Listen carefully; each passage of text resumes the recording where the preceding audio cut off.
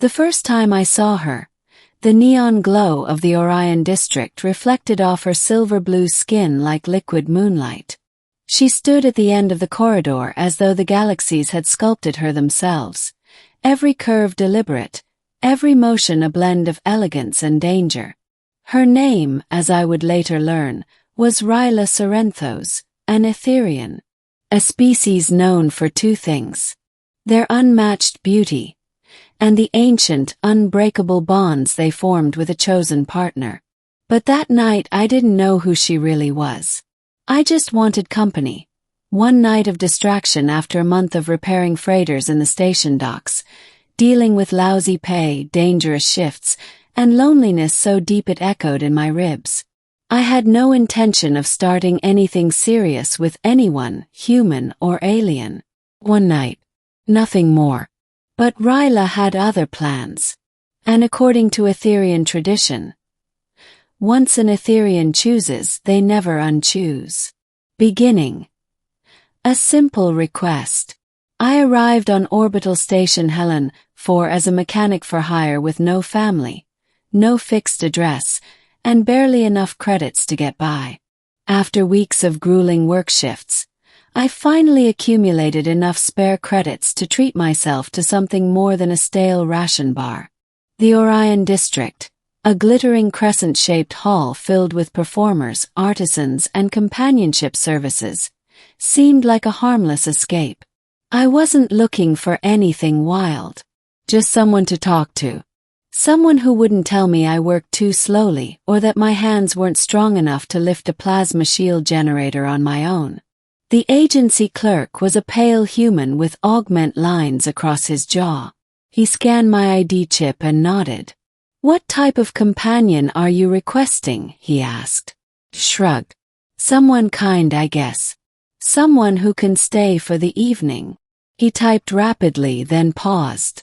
"I have one profile available." He looked at the screen longer than he should have.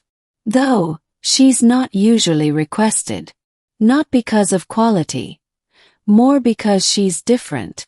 "Different how?" But he just shook his head. "If you want her, request accepted. She'll meet you in corridor 7. I agreed, not thinking twice. I should have. When she stepped out from the shadows, tall, graceful, and looking at me with luminescent violet eyes, I felt my breath hitch. Her species was rare in this part of the sector. Etherians were known for their ethereal presence, skin that shimmered like stardust, hair that rippled like a waterfall of light, voices that seemed to harmonize with the air itself. "I am Ryla," she said softly. "You are the one who requested company." Her tone wasn't seductive. It was curious. Gentle. He nodded. "Yes. Just for one night." She tilted her head slightly, studying me with those glowing eyes that seemed to see straight into my thoughts. "One night," she repeated. If I had known the weight those words carried for her species, I would have swallowed them back. But ignorance has a price. She walked beside me toward my quarters with a silent grace, but each step felt heavier, as though the universe was shifting under our feet. Middle, the bond she never spoke of. We sat on opposite sides of my small room, me on the edge of the bed, her cross-legged on the floor like some serene celestial being. "I don't really know how this works," I admitted quietly. "I've never hired someone before." She smiled, and the lights dimmed automatically, sensing her mood. "I am not here to offer you a performance," she said. "I am here to be what you need." And blinked. "What I need?" "Companionship," she clarified. "Connection. You called for someone to share the night with. But I sensed something different." "Sensed," I repeated. "Etherians feel emotional resonance. Your heart calls louder than your voice." I looked away, embarrassed. "So you can feel what I feel?" "Not fully," she answered. "Only the echoes. Loneliness vibrates loudest. But also honesty. And kindness. Two things rare in this station." Her words were too sincere for someone hired for the night. Talk. Hours passed without my noticing. She asked about Earth, about what it meant to dream, about why humans looked at the stars even when they knew they could not reach them. You speak as if you've never visited a new world for yourself, I said at one point. A shadow flickered across her face. I have traveled many worlds, she said softly. But none have felt like home. Something in her voice made my chest tighten. Around the 4th hour, silence fell. But it wasn't uncomfortable. It was peaceful. I should have ended the night then. Instead, I stood, walked to her and offered my hand. You can sit on the bed if you want, I said. It's okay. I don't bite. She looked at my hand as if it were something sacred. Slowly, reverently, she placed her fingers against mine. And in that moment, a soft pulse of light bloomed between our palms, like a heartbeat made of color. She inhaled sharply. You touched me, she whispered. Yes. Her eyes trembled. Humans do not understand. Etherians do not touch lightly. Physical contact is. She broke off, breath shaking. Are you okay? Yes. For a long moment she didn't answer. It means choosing someone. My stomach dropped. Ryla. I didn't know. I'm sorry. But she shook her head. Do not apologize. You offered your hand without expectation. That is why you were chosen. Chosen, I repeated.